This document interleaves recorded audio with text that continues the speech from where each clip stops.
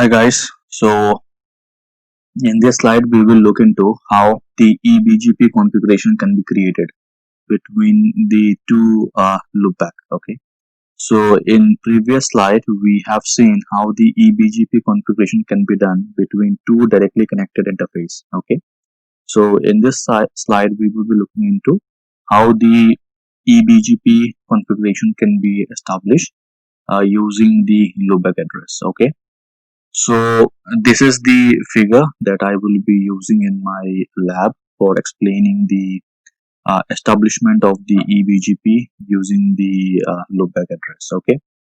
So before we proceed, we should know that why we should use the loopback address for establishing eBGP neighborship. Okay. So as my previous slide, I explained it to you when uh, we can use the eBGP neighborship between two directly connected interface. It means the interface belongs to the same subnet. Okay, but here we will be using with the help of the loopback address. Okay, so what could be the reason behind why we need to use it? Okay, so let me explain it to you why it is required. So the reason behind, the first reason for using the loopback interface for creating the eBGP establishment is that, let's say we have the router 1 here and then the router 2 here. Okay, and this two router is physically connected, and we have created the eBGP neighborship between router 1 and router 2. Okay, now if the physical link between router 1 and router 2 goes off, then what will happen? The eBGP neighborship will be stopped. Okay, so we will lost the eBGP neighborship between the router 1 and router 2, and the network that we will update from router 1 to router 2, or maybe from router 2 to router 1, this network will get lost. So this is the one reason, because if the physical interface goes off, then we will be losing the neighborship, and once the neighborship will be lost, then the network that we will gonna be advertised between the router 1 and router 2, it will also withdraw. Okay, so there is no redundancy. So the first point says that there is no redundancy while we creating the eBGP neighborship between two directly connected interface.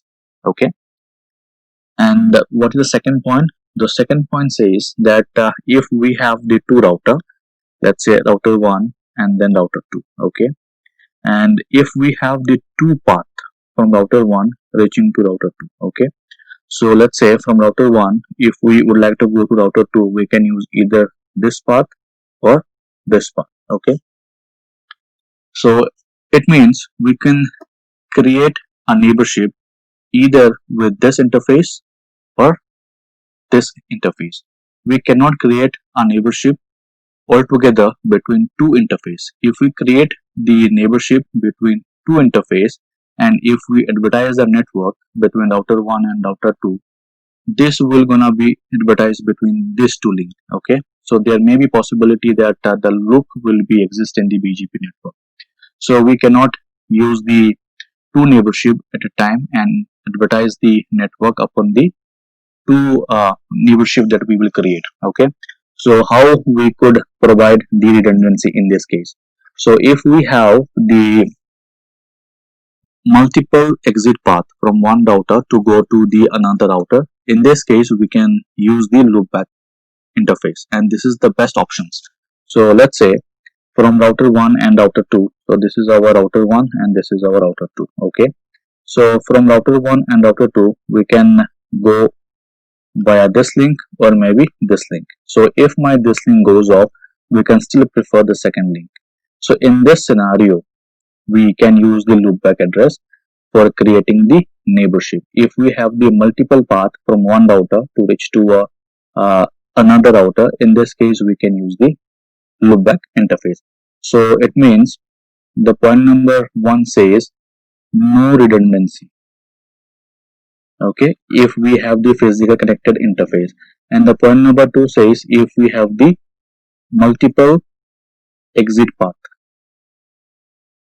Okay, so in this two scenario we can use the loopback address. Okay, so in my slides you can see that in my slide I have mentioned the first point, using this, that we can create a loopback for creating the neighborship. And what could be the rule for creating the neighborship with the help of the loopback address? Okay, the first rule says the loopback must be reachable. It means from router 1, if we would like to go to the loopback interface of the router 2, it should be reachable. And from router 2, if we would like to go to the loopback of router 1, it should be reachable. It means this two interface has to be reachable. So first point say it should be a reachability. Okay, and then we should use the eBGP neighborship or the disable connected check. So why we should use the eBGP multi-hop? So as I explained in my eBGP multi-hop slide, that whenever we will create the eBGP neighborship between two directly connected interface, let's say R1 and R2, by default the TTL value is 1. It means it has to be directly connected. So Cisco IOS says it has to be directly connected. Okay, so when it is directly connected, so the TTL value, it will always be 1, right? So when the TTL value is always 1, it means it should be directly connected. But here in our diagram, we are using the loopback interface for creating the neighborship, and this two loopback interface are not physically connected, okay, which is not directly connected. So in this case, we have to increment the TTL value. So if we are using a directly connected interface, so in this case the TTL value should be 1. But if we are using the two interface which is not directly connected, in this case we have to increment this TTL value. And how we can increment the TTL value? We have to use the eBGP multi-hop command. Okay, and we can also use the disable connected check, because we should tell the Cisco IOS that the by default it has to be directly connected when we are using the eBGP neighborship. But since we are using it here with the help of the loopback interface, and since these are not directly connected, so we are disabling this check from the Cisco IOS. Okay, and we also should use the command which is update source loopback. So it means whenever the neighborship is created, the packet will always initiated from the nearest neighbor. So it means if we are creating the neighborship between R1 and R2, the packet will initiate from the nearest neighbor, which is this interface. Okay, but now we are using the loopback interface. Okay, in our both the router 1 and router 2. Since we are using the loopback interface, so whenever we will use the neighbor command, the packet will automatically uh, sourcing from this interface. But what we mention here in R2, it says that whenever you will create the neighborship, it has to be the R1 loopback interface, which is 1.1.1.1. But if the packet will initiate from this interface, it will carry the interface IP, which is 192.168.1.1. So when the packet will reach us here with this IP, then the R2 will check that I was being told that I have to create a neighborship with the 1.1.1. So he will discard the packet. The same thing will happen at the R2. When the packet will initiate from the R2 to R1, it will always initiate from this interface. And then we have specified at R1 that when you will create the neighborship, it should be between 1 to 1. So it should be between 2.2.2. Okay. But when he will see that he is getting the packet from 192.168.2.2, the router 1 will discard the packet. So in this case, we have to specify that where the packet is coming from. So if we are at R1, we have to specify that the packet is coming from the loopback interface, and if we are at router 2, then we have to specify that packet is coming from the loopback interface. So we have to specify the sourcing of the packet, where the packet is coming from, right? And these are the syntax that we will be using in our lab. So once I will be configure the lab, at that point of time you will be more clear about the neighborship, how we can create with the help of the loopback interface. Okay, so the first what we should do, so in first case number one, it should be reachable. Okay, it should be reachable. And the second says we have to use the correct AS number. Okay, so we will be using this command, and we will be configuring our lab. Okay, so let me take you to my screen where I have created a GNS. Okay, so in this GNS I have the router 1 and router 2. Between the router 1 and router 2 I have the multiple path to reach from router 1 and router 2, and I also have the loopback from the router 1, which is 1.1, and from the router 2, which is 2.2. Okay, and as I said, it has to be reachable. First we should have the layer 3 reachability. Okay, so to whom we are creating the neighborship. Okay, so if we do not have the layer 3 reachability, then we will not be able to establish the neighborship. So how can we create the layer 3 reachability? We can use the dynamic routing, or we can use the static routing here. But since we are creating the neighborship between R1 and R2, and since these two routers are belongs to a different autonomous system, in this case using a dynamic routing is not feasible. Okay, we will not use the dynamic routing between two AS. So the appropriate things, we will use the static routing. Okay, from R1 we will use static route pointing to the R2 interface, and then we will use the same static route from R2 pointing to the R1 interface. Okay, so let's check how we can do the same in our practical scenario. So this is the figure that I will be using it here. So let me check now. So this is our R1 and this is our R2. Okay, so now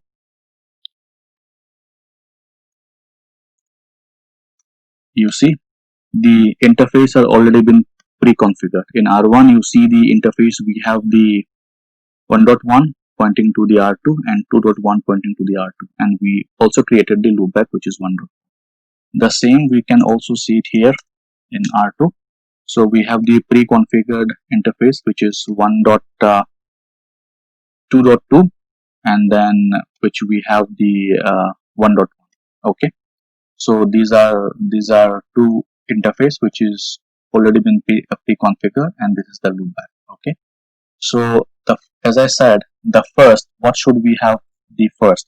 So first we should have the reachability. Okay, so first we should have the reachability between these two loopback interface. So let's check if we do have reachability or not. Okay, so from router 1 I should able to ping the router 2 loopback interface, and simultaneously from router 2 I should able to ping the loopback interface of router 1, but you can see in either of the case we are not able to ping it. Okay, so as I said that we have to make this reachable. So how we will make this reachable? Okay, so to make it reachable we have to use either dynamic routing or maybe static routing, but we will use the static routing. So here I will use the static routing.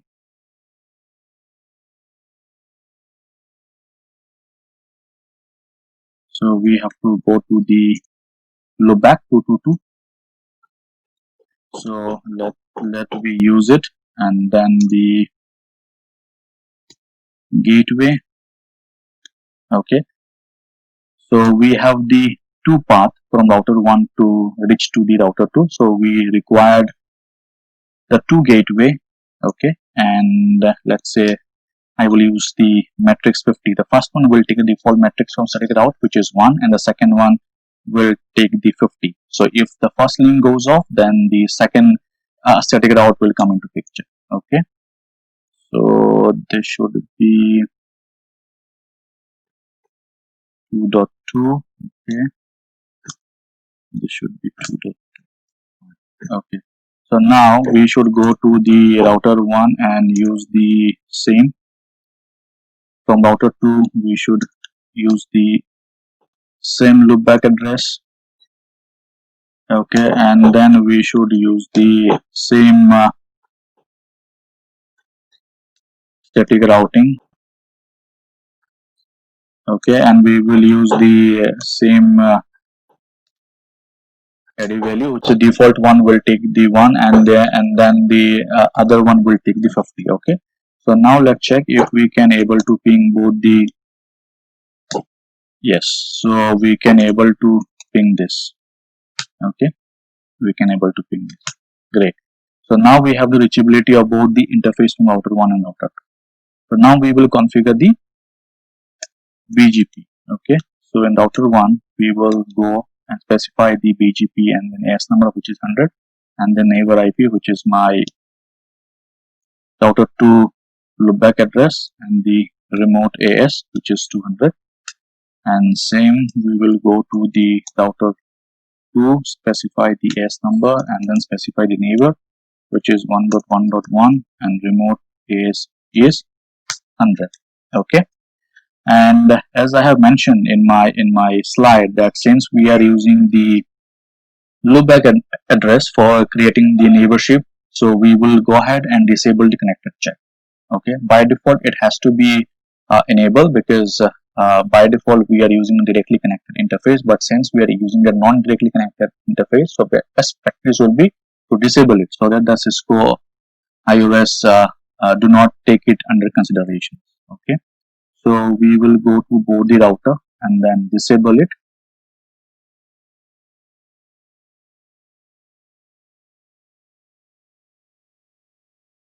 So, and then we will go to the R1 and use the same command. Okay, and then we have to specify the multi-hop. Okay, so as I explained, the multi-hop is required because we are using the loopback address to specify that how far the neighbor is away from one another. So we will use eBGP multi-hop. So by default is 255. So you can keep it the by default, or maybe you can specify the number. So let's say we will keep it the by default, which is 255. Okay, and then we will go here and use the same, and we will keep it the by default 255. Right. So now we left with one more command, which is we have to tell to our router where the packet is initiating. The packet is initiating from the loopback interface. Okay, or else the packet will by default initiate from the nearest interface. So make sure whenever you are using the loopback interface for creating the neighborship, you have to specify the update source where you are sourcing the packet, or else you will not get your eBGP neighborship up. Okay, so this is the important. So first we should have the reachability. Second, you have the correct AS number, and then third, you should have the eBGP multi-hop command. Okay, and fourth, the more important is update source where you are sourcing the packet.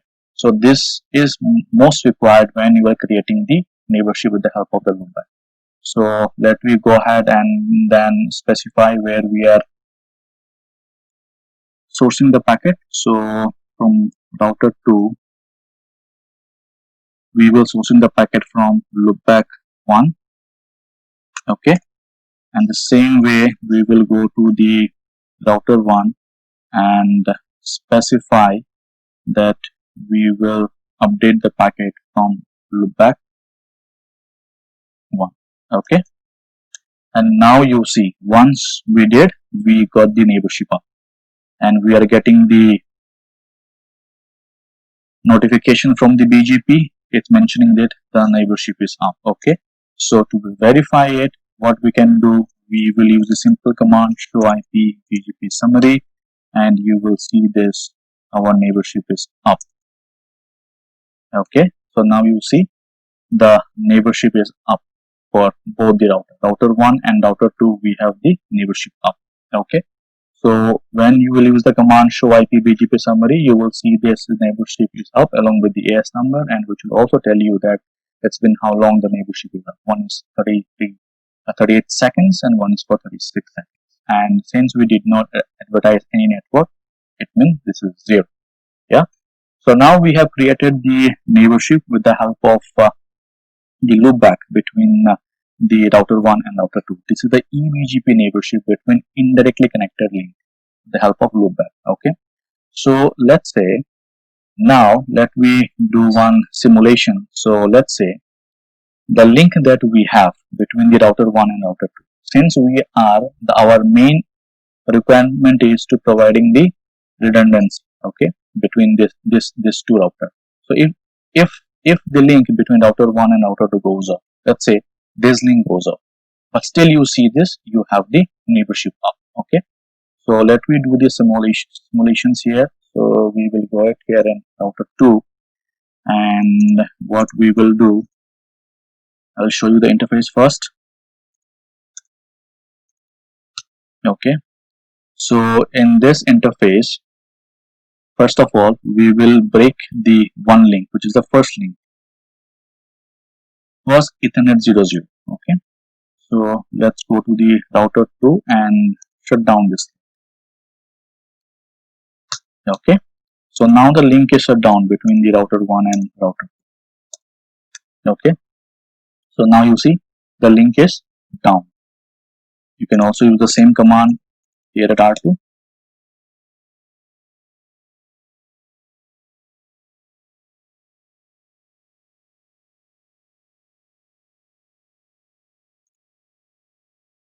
Okay.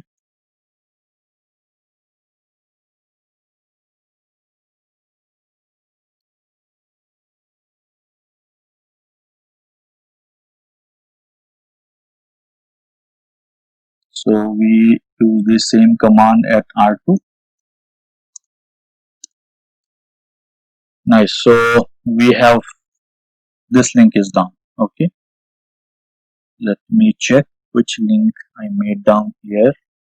F0 by 0, and I think by default I have also shut down the F0 by 1 link. So first of all,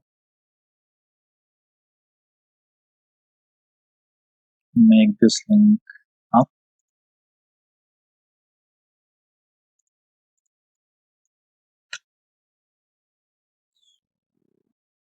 See here. Okay, so we have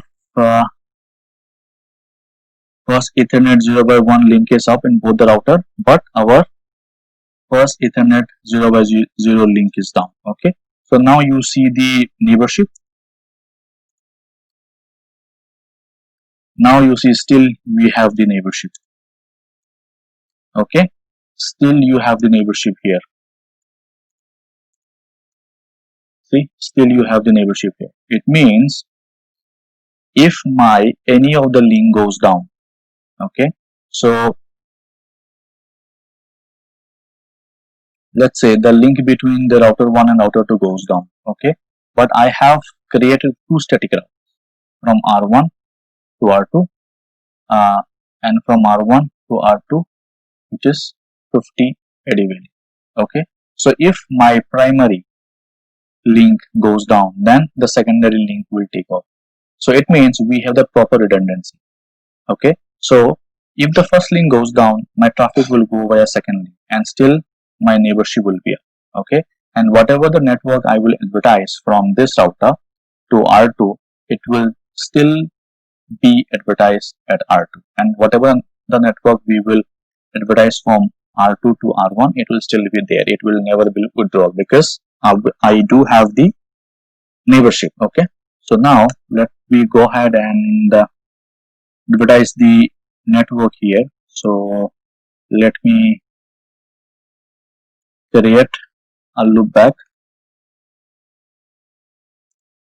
at R2, which is 2, and simultaneously I will go to the R2 and create the loopback 4.4.4.4 and then 255. Okay, and then here I will use the same IP address. Let's say my loopback is this. We are using the mask 32 bit, and then we will go to the router BGP 100, and we should use the network command for advertising the loopback. And let's say we are advertising this with the help of mask, which is 255.255.255.25. Make sure, guys, whenever you are advertising the network, the mask should be correct. The mask that you have used in interface, or maybe the mask which is present in your routing table, we have to provide the exact mask here, or else it will not gonna be advertising BGP. Okay, so then we will go to the router 2 and use the same command, this network, and my network is 4.4, and this is my mask. Okay, and then this is my mask address, and done. Okay, show IP BGP. Show IP BGP is the command which is used to see the network that we have advertising BGP. So you will see. So we will use the same command in both the way. Okay, so you see, from R1 we have advertised the network which is 5.5, because my next hop is 0. This is my local network, and at R2 we have learned this network 5.5.5. Okay, and my next hop is 1. It means R2 has learned this network from R1, and then from R2 we have advertised this network. My local hop is 00, and then if you see the R1, you see it has learned it from the next hop, which is 2.2.2, which is my loopback of the router 2. It means it has been advertised. Okay, still we have the one link down, but it is taking the another path because we have the redundancy here. Okay, so now if we go ahead at R1 and if we shut down the second link, you will see this. We will lost the neighborship. Would you like to see? Okay, so first of all, let me show you the interface of R1 to make it clear, and the interface of the R2. And now we will go at R1 and we will shut down the interface which is 0.1. Let's see what happens. Okay, so it's been shut down. Nice, it's been shut down.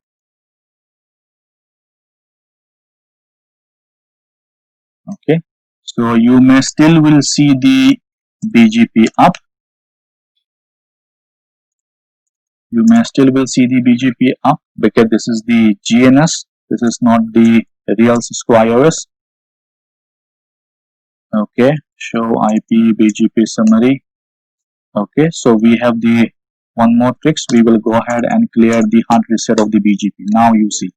So now we will use the command again, and you see is down. Okay, so you see is down.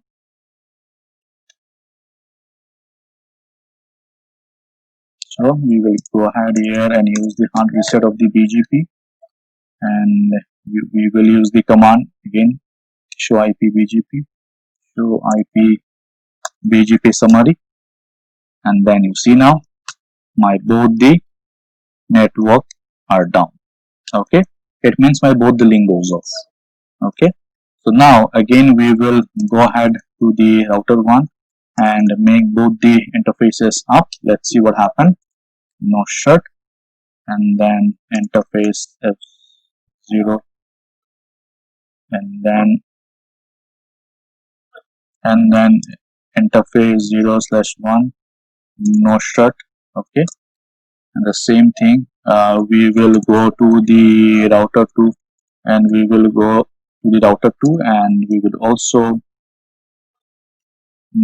create a no shut for interface 1, and then we will also go to the 1 and no shut. Okay, now you see, now we will use the command show IP BGP summary,